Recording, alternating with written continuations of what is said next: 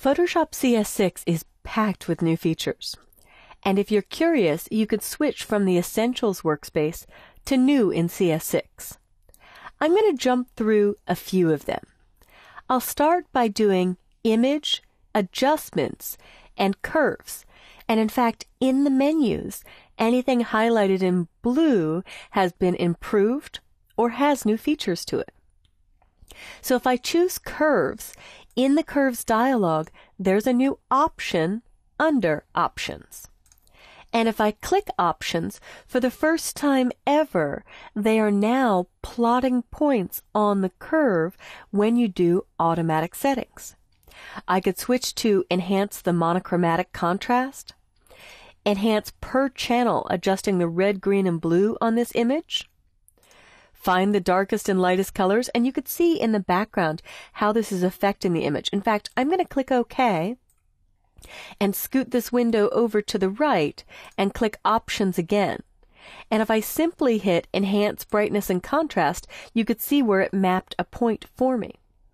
And I could specify target colors if I wanted to do so, or make a new default. But I'll click OK and click OK again and just hit Command Z or Control Z to see a little before and after. Looking at the new in CS6 workspace, Mini Bridge has been improved. And if I go back to Essentials, it's typically docked at the bottom. So now I'm looking at all of my assets in our Chapter 1 folder. I'll double click to collapse that and go back to New in CS6. And layers have been improved. Now this document contains no layers, so I'm going to close it, and I won't save the changes. This wedding story document is actually a video. Now with Photoshop Standard, you do not need to purchase Extended, but with Standard you can do very easy video editing. So if I look at layers, I could see I actually have a 3D layer. 3D does require Photoshop Extended, so you won't be able to do that. But I can also see that I have a background layer. And in the Layers panel, you can filter by kind, by a layer name, by effects that are applied or layer blending modes, or a specific attribute or layer color that you've given it.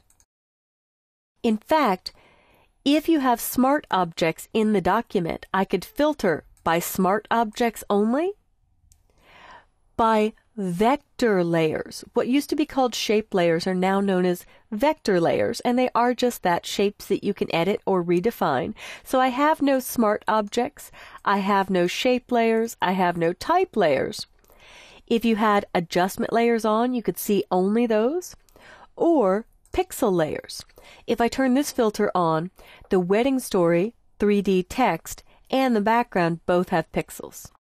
So these are your new filtering options, which is immensely helpful if you do app mockup or mobile mockup, just to get to the right layer when you're dealing with documents that have hundreds of layers. I'm going to clear the filter by hitting this little red box. If I go to the Adjustments panel, you no longer see the settings for a layer in the Adjustments panel. And I'm going to close this wedding story document. And I won't save the changes.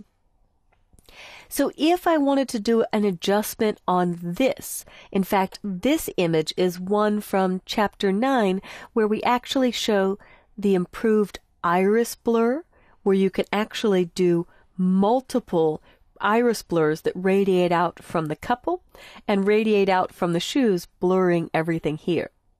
But if I wanted to add an adjustment layer, let's say to do a color overlay so it gets a hue over top of the image, I can pause over each icon in Adjustments until I find the exact one that I'm looking for.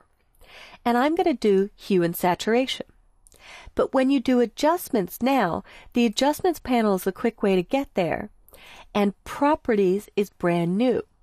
What you used to adjust in Adjustments is now controlled in Properties. And Properties is used for a lot more stuff. It'll actually show you 3D properties. But here in the Properties panel, I'm on Hue and Saturation, and I'm going to hit Colorize. And I'll aim for a little bit of a sepia tone, an orangish looking image, to make this look aged. If I go back to the Layers panel, and I were to filter back down on Adjustment Layers, I could see just the hue and saturation has been added. I won't save this either, I'm just giving you a tour. And I should have mentioned it at first, but the biggest difference is the overall interface. There is a new dark interface. In fact, I've been using Photoshop now for a couple months, and when I go back to CS5, it feels old to me with the white tools and the light colored panels. If you don't love the dark interface, you can right-click anywhere on the gray, and this has actually been there for a few versions. But I could go back to a light gray background, for example, or back to the default, or through Photoshop Preferences on the Mac, or Edit Preferences interface on Windows, you can actually change the overall color theme. So I can choose the darkest, the default, or a lightest interface, which will change the panels and the tools as well. I'm going to leave it on the default and click OK. And I'll close this image and I won't save the changes. Lighting effects have been dramatically improved and they happen right now directly on the stage. So I put a green light on her face and a white spotlight on the spot on her hair. CS6 also added under the Filter menu a new oil paint filter. So when you're in the New in CS6 workspace, I could see under Blur, the Field Blur, Iris Blur, and Tilt Shift, or under Render that you can now do lighting effects directly on your image, on your canvas or stage. You don't work through a plugin dialog. So you could take some time to surf through each of the menus and see what has been added in the New in CS6 workspace. But in this shot, if I zoom in a bunch, I can actually see an oil paint filter has been added. So if I wheel up, there's the family oil painted. And if I scroll back to the left, there's the original shot. So I just put them side by side so you can see the difference. A very powerful new filter that's automatically included. You used to have to install this separately with the Pixel Bender set. I'll close this, and huge for anyone who does web mockups and mobile mockups, we now have paragraph styles, where you could see I have several added for this document, and character styles, where I have a bold character style. So in paragraph styles, if I wanted to change all of my headings, I could double-click on heading and maybe change my font to something else. Let's just go to Hobo. Not that that looks good, but just so that it's radically different.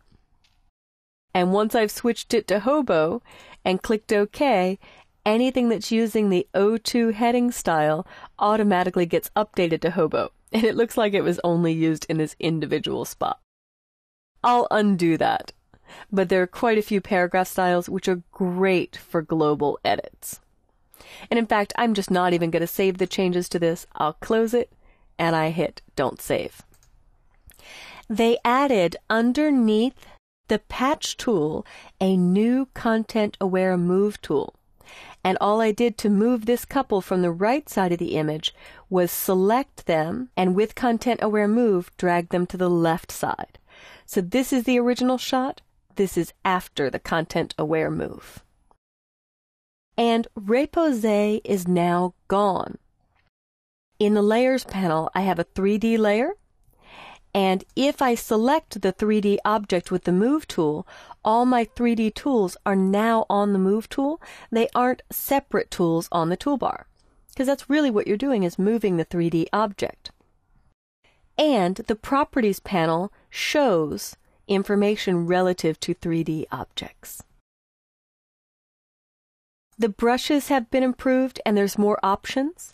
There are more brush presets. In fact, they've included a number of John Derry, D-E-R-R-Y. He had brush presets that he was providing for years that are now included out of the box. So Google John Derry, D-E-R-R-Y, and you'll see some outstanding use for Photoshop brushes. The timeline got a lot easier, and if I'm in the Essentials workspace at the top, you'll see that the mini bridge and timeline are now together at the bottom left on my window.